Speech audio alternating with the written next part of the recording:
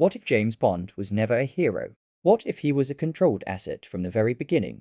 Not chosen, not exceptional, manufactured. Because the most dangerous twist the next Bond film could pull isn't introducing a new villain. It's exposing that the real villain has always been the system that built him. Bond died. The world reacted. The audience mourned. But Mi-6 didn't collapse. They didn't panic. They didn't lose direction. Because institutions like Mi-6 are not built around men. They are built around models. And James Bond is a model. A psychological template refined across decades.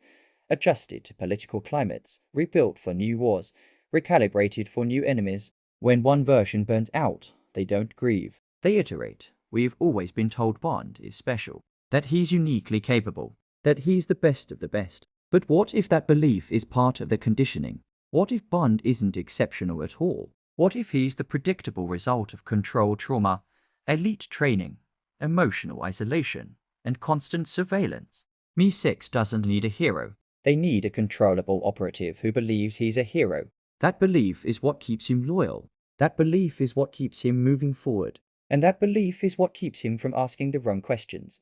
Think about his life. No stability. No lasting attachments. No future beyond the mission. Every relationship ends in betrayal, death, or sacrifice. We call it tragedy. But what if it's design? An agent with nothing permanent is easier to direct. Easier to deploy. Easier to erase. If the next Bond begins to understand that, if he realizes his loyalty was engineered, if he sees that 007 is not an honor, but a containment strategy, then the story stops being about defeating a terrorist. It becomes about surviving the institution that created him, and here's where it escalates. The world Bond was designed for doesn't exist anymore. The Cold War is over. Intelligence agencies no longer rely on physical infiltration alone. Today was our fought through algorithms, cyber operations, predictive analytics, and AI-driven surveillance. Governments don't need spies to gather secrets the way they used to. They already have the data. So why does Mi-6 still need a man like Bond? Because Bond is no longer just an intelligence tool. He's a symbol. In a world of invisible warfare, people need visible conflict. They need a face. They need a narrative. While real power operates through code and satellites and backdoor agreements, Bond provides something tangible. A mission. A villain. An explosion. He becomes the theatrical layer that keeps the deeper machinery hidden. Modern espionage isn't about stealing files from a vault. It's about controlling information before anyone realizes it's being shaped. It's about influence at scale. It's about deciding what entire populations believe is true. Against that backdrop, a single operative with a gun seems outdated. Unless he's not there to win wars. Unless he's there to maintain the myth. So imagine this version of Bond. He understands that he isn't the center of the operation.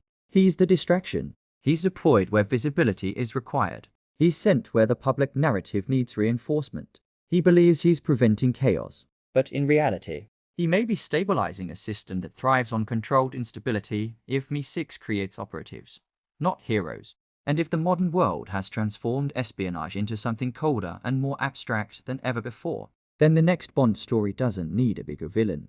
It needs a deeper truth, and that truth might be this. Bond was never meant to outlive the system. He was only ever meant to serve it. And what happens when the operative finally understands that? And what happens when the operative finally understands that? What happens when the new Bond isn't confused, isn't blindly loyal? Is it discovering the truth too late, but knows it from the beginning? What if this version of Bond walks into Mi-6 already aware that he is replaceable? Already aware that 007 is a role designed to consume the man who wears it? That changes everything, because a controllable asset is powerful. But a self-aware asset is unpredictable. Imagine a Bond who studies his own file, who notices the psychological profiling, who sees the patterns in previous agents, the broken relationships, the isolation, the identical mission structures, the controlled exposure to trauma. He starts connecting dots, not emotionally, logically. He realizes that loyalty was never requested. It was engineered, that the persona of James Bond was constructed before he fully stepped into it. The charm, the recklessness, the taste for danger. Not personality traits. Design features. Now the tension shifts inward. Not Bond versus villain. Bond versus narrative. If he knows the truth, then every mission becomes a test. Is he following orders? Or is he playing along? Is he still the weapon? Or is he pretending to be one? That duality creates paranoia inside Me6 itself, because the moment an operative becomes aware of the system loses control, and institutions that lose control do not hesitate. They eliminate variables, but here's where it becomes bigger than one man. What if Bond isn't just a manufactured operative? What if James Bond is a repeating legend? A myth recalibrated for each era. Every generation gets the Bond it needs. Cold War Bond, post 9/11 Bond, modern cynical Bond. Each version feels different because the world demands a different archetype. But the name remains. The number returns. The silhouette survives. That's not coincidence. That's strategy. A myth is more stable than a man.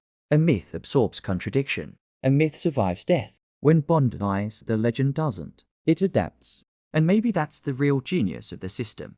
Me6 doesn't just create operatives. It sustains a global narrative. James Bond isn't simply a spy. He's a psychological anchor, a reminder that someone, somewhere, is in control. Even if that control is an illusion, think about how cleanly the transitions always happen. New face, same name, same designation. The world accepts it without question. Because the myth matters more than continuity. The audience doesn't just watch Bond. The world inside the story believes in Bond. And belief is power. So what if the next film leans into that? What if Bond discovers that he is not the first to question the system? That previous Bonds reached the same realization, and instead of rebelling publicly, they were quietly replaced, erased, folded back into classified archives. The myth continued. The man disappeared. Now imagine the psychological horror of that awareness. You are not unique. You are not the first. You are part of a lineage of disposable legends. And the only reason the world sees you as singular is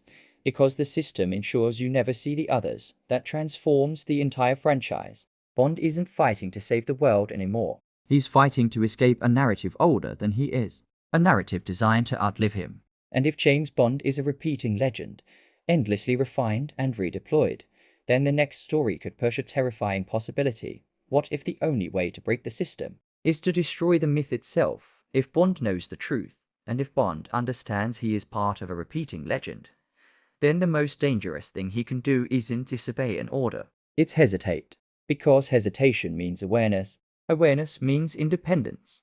And independence is something the system cannot tolerate. Imagine the tension inside Me6 the moment they realize their newest 007 is thinking beyond the script. Not rebelling loudly. Not defecting.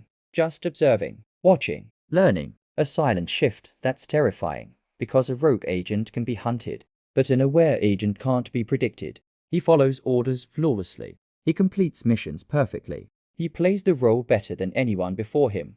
But privately, he's mapping the architecture. He's studying how the legend sustains itself. Who writes the reports? Who controls the narratives? Who decides when 007 becomes expendable? And the more he understands, the more he realizes something disturbing. The system doesn't fear external enemies.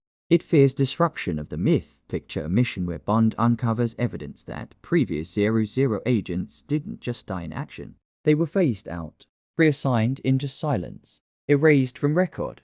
Because once an operative begins questioning the structure, he becomes a liability to the legend. Not because he's weak, but because he sees too clearly, and clarity spreads. Now, imagine Bond standing in a room full of classified archives, realizing the name James Bond is not a legacy passed down with honor. It's a controlled identity recycled with precision. The charm, the recklessness, the emotional detachment, all curated traits. The system doesn't need originality. It needs continuity. It needs the world to believe that 007 is inevitable, eternal, singular. And here's where it becomes suffocating. If Bond is a myth engine, then every sacrifice he's made wasn't tragic randomness. It was narrative reinforcement. Every loss strengthened the legend. Every explosion polished the image. Every betrayal added mystique. He wasn't just surviving missions. He was feeding the myth. What happens when he refuses to feed it? Not by quitting. Not by exposing Me6 on live television. That would still serve the story. That would still create spectacle. No, the real threat is something quieter. What if Bond chooses not to die heroically? What if he chooses not to disappear dramatically? What if he survives, publicly, calmly, outside the system? Because the myth of 007 depends on sacrifice. It depends on inevitability. It depends on the idea that the agent always returns to the mission. If one Bond walks away and stays alive, the legend fractures. The illusion of continuity collapses. People begin asking questions. How many Bonds were there? How many were replaced? Who decides? And that's when we reach the final escalation. The next Bond film doesn't need to introduce a bigger villain or a global apocalypse. It could do something far more radical. It could destroy the idea of 007 itself, not by killing Bond again, but by breaking the cycle, by revealing that the number was never a badge of honor. It was a leash, and the moment Bond cuts it, the system faces something it has never had to confront. A world without the myth, and if the myth falls, what else falls with it?